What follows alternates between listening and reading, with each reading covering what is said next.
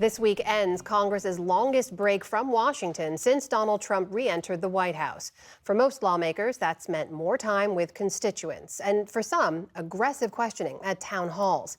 Our team has looked over the past week's interactions, and Lisa Desjardins is here with more. Lisa, good to see you. Hi. So, you've seen a lot of the anger bubbling up at town halls. Folks are watching that. When you take a closer look at the questions and the responses here from Republicans in particular, the governing party, what do you take away? A few things. First of all, we're seeing that even in deep red districts, opponents of President Trump are showing up in significant numbers, and increasingly they are more vocal and, in a few instances, more aggressive in how they're being vocal. One example, Marjorie Taylor Greene of Georgia, she had a town hall last week. Now, it's important to note, her staff checked constituents at the door to make sure that they lived in that district. But even so, we saw really fiery dissent in that town hall. You see it right here. Even before it started, shouting protesters were removed by force, and 2 of them tased by police officers. Again, before this began, all in all, 3 people were arrested, some 6 escorted out. Now, Marjorie Taylor Greene actually used that as something of a springboard in the town hall. The Democrats have been rioting. They are the party of violence. They are the party that... Go.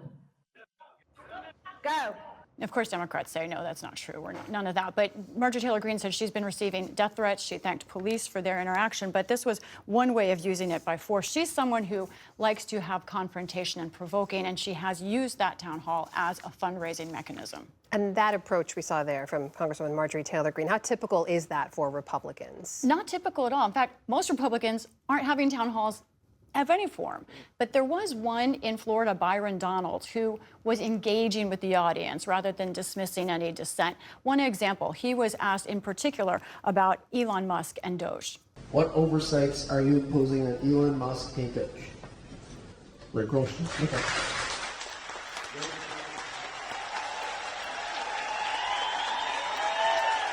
What they are examining right now is inefficiency in the federal system. This is something that President Obama wanted to do with President Obama was president of the United States. Now, President Obama wanted efficiency, but he didn't cut government in the ways we're seeing Doge doing. But the key here is that there's a battle among Republicans. Do we call Democrats evil, which I hear from some on Capitol Hill, or do we engage with our conservative ideas? Another issue he brought up, DEI. He was asked about diversity, equity, and inclusion. You could disagree with me if you want to. You can disagree with me, and I will respectfully disagree. But I will tell you this: if your whole belief is not possible without a 3-letter word in every training manual, and I'm sorry, we don't agree. We don't agree. He was saying, I just don't agree as a conservative. I think maybe life isn't fair and everyone needs to move on their own. Now, there was a range of questions, issues from Gaza to the FSU shooting, and also a range of reactions at that town hall. So those are a couple examples of House members in their home districts there. What are you seeing from senators? Senators, it is interesting because they have full states, not just a polarized district to deal with. We really only saw one major Republican senatorial town hall from the most senior senator, Chuck Grassley of Iowa. Now, he had a crowd that was, in fact, earlier this week, really worked up. He got an earful, especially he was asked about the deportation of Abrego Garcia. We have a due process, and it was not followed. And the Supreme Court ruled that he needed to come back. Okay. So Trump said, nope, I'm not going to do that.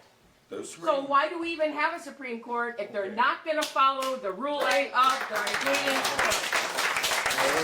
Well, I think it's pretty clear that's what's been brought up about Garcia, and she brought up about just many, many other people, that this wouldn't even be an issue if Biden had enforced the law. You saw the reaction there. Now, that town hall also saw tension between people who were there in the seats. So that's with Republicans, right? The governing party, obviously a Republican president in the White House right now, too. What about for Democrats? Are they seeing some of this, too? Yeah, their constituents are saying we want more action and we want to hold you accountable. One example is in Washington State. A Blue Dog Democrat, Representative Glusen-Kemp Perez, she was asked about the SAVE Act. That is the House-passed bill that she supported, which would require proof of citizenship to register to vote. Here's what happened with that exchange. So we're all supposed to just sit here and we're not going to engage with her? We're supposed That's to correct. We're going to sit here and have listen to the answer, sir.